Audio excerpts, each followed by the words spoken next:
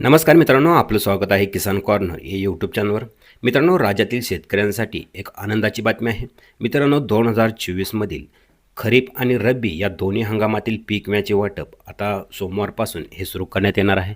मित्रांनो, 14 जुलैपासून या पीक विम्याचे वाटप हे सुरू करण्यात येणार आहे.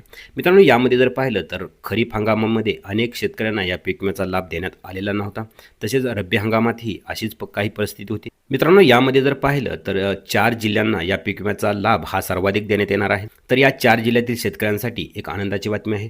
तर मित्रांनो, एकूण पीक विम्याची रक्कम जर पाहिली, जवळपास 3,000 कोटी रुपयांचा पीक विमा हा शेतकऱ्यांच्या बँक खात्यावरती हा सोमवारपासून हा जमा करण्यात येणार आहे.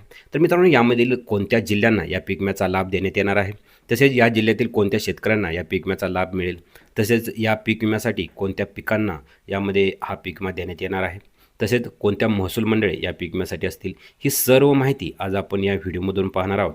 तरी चॅनलवर नवीन आला असाल तर चॅनलला सबस्क्राईब करून ठेवा. असेच नवनवीन व्हिडिओ आणि अपडेट आपण घेऊन येत असतो. चला तर मग व्हिडिओ सुरू करूया.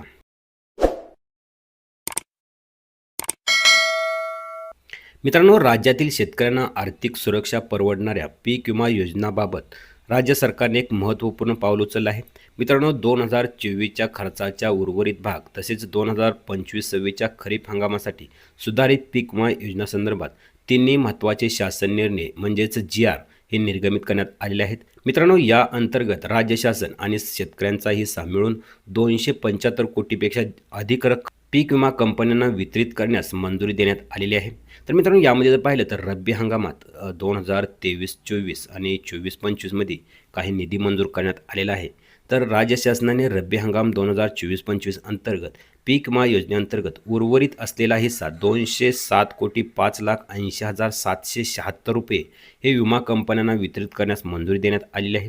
यामध्ये 9 पीक विमा कंपन्यांना यामध्ये समावेश आहे. या योजनेअंतर्गत शेतकऱ्यांचा हिस्सा देखील मंजूर करण्यात आला असून त्यासाठी 15,59,71,986 रुपये पीक विमा कंपन्यांना देण्यात येणार आहेत. मित्रांनो, गेल्या हंगामात विशेषतः नांदेड, सोलापूर, परभणी आदी जिल्ह्यांमध्ये शेती पिकांचे मोठ्या प्रमाणात नुकसान झाले होते. या पार्श्वभूमीवर विमा लाभाच्या प्रतीक्षेत असलेल्या शेतकऱ्यांना या निधीमुळे तात्काळ मदत मिळण्याची शक्यता आहे आणि ही योजना 1 रुपयात पीक विमा या संकल्पनेतून ही राबवण्यात आली होती.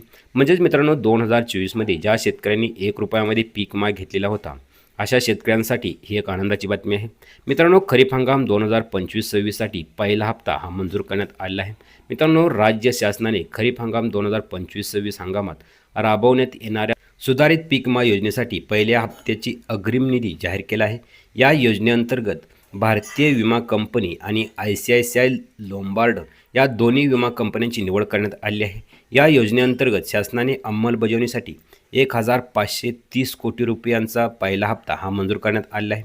तर मित्रांनो, 2024मधील जो उर्वरित निधीही यामध्ये वितरित करण्यात येणार आहे.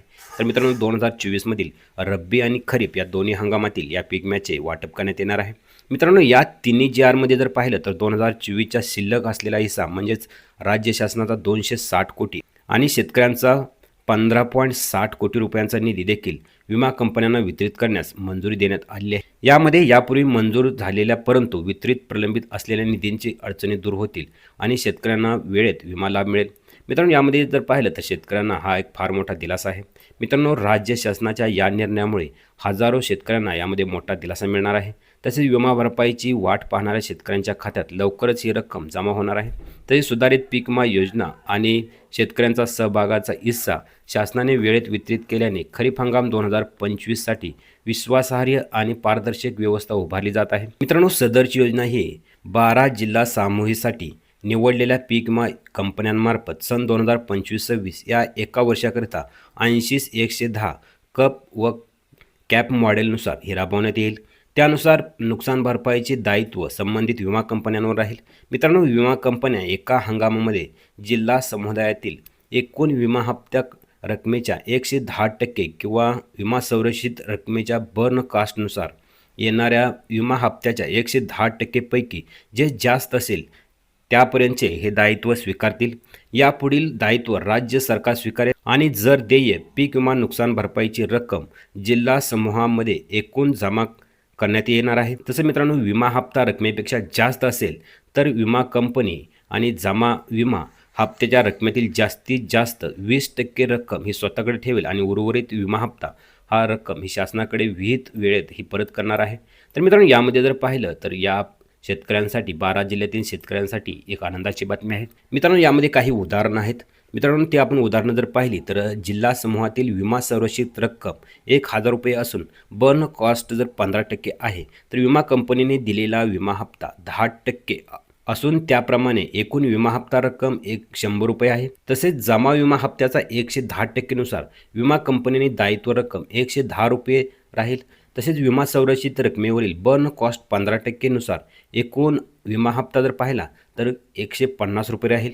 मित्रांनो, सदर बर्न कॉस्ट रकमेच्या 110% प्रमाणे विमा कंपनीने दायित्व रक्कम 165 रुपये राहील. योजनेच्या तरतुदीनुसार जमा विमा हप्त्याच्या 110% पेक्षा बर्न कॉस्टनुसार 110% प्रमाणे येणारी रक्कम जास्त असल्याने विमा कंपन्यांनी जास्तीत जास्त दायित्व 165 रुपये राहील.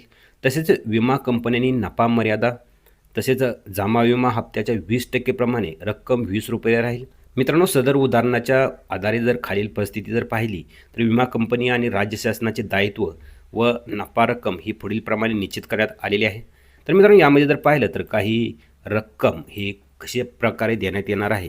मित्रांनो, यामध्ये परिस्थिती 1 नुसार जर पाहिलं तर जर जिल्हा समुदायामध्ये देय नुकसान भरपाई 200 रुपये असल्यास बर्न कॉस्ट 110% प्रमाणे विमा कंपन्यांना 265 रुपये हे नुकसान भरपाई अदा करेल व राज्य शासन 35 रुपये हे नुकसान भरपाई हे अदा करणार आहे.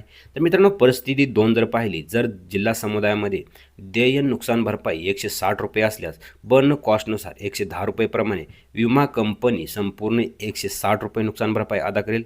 जर परिस्थिती यामधील 3 जर पाहिली, जर जिल्हा समूहामध्ये देय नुकसान भरपाई 95 रुपये असल्यास विमा कंपनी संपूर्ण 95 रुपये नुकसान भरपाई अदा करेल आणि विमा कंपनी स्वतःकडे 5 रुपये हा नफा ठेवेल. तर मित्रांनो, यामधील 4थी परिस्थिती जर पाहिली, जर जिल्हा समूहामध्ये देय नुकसान भरपाई 50 रुपये असल्यास विमा कंपनी संपूर्ण 50 रुपये हे नुकसान भरपाई अदा करेल व विमा कंपनी स्वतःकडे 20 रुपये नफा ठेवेल.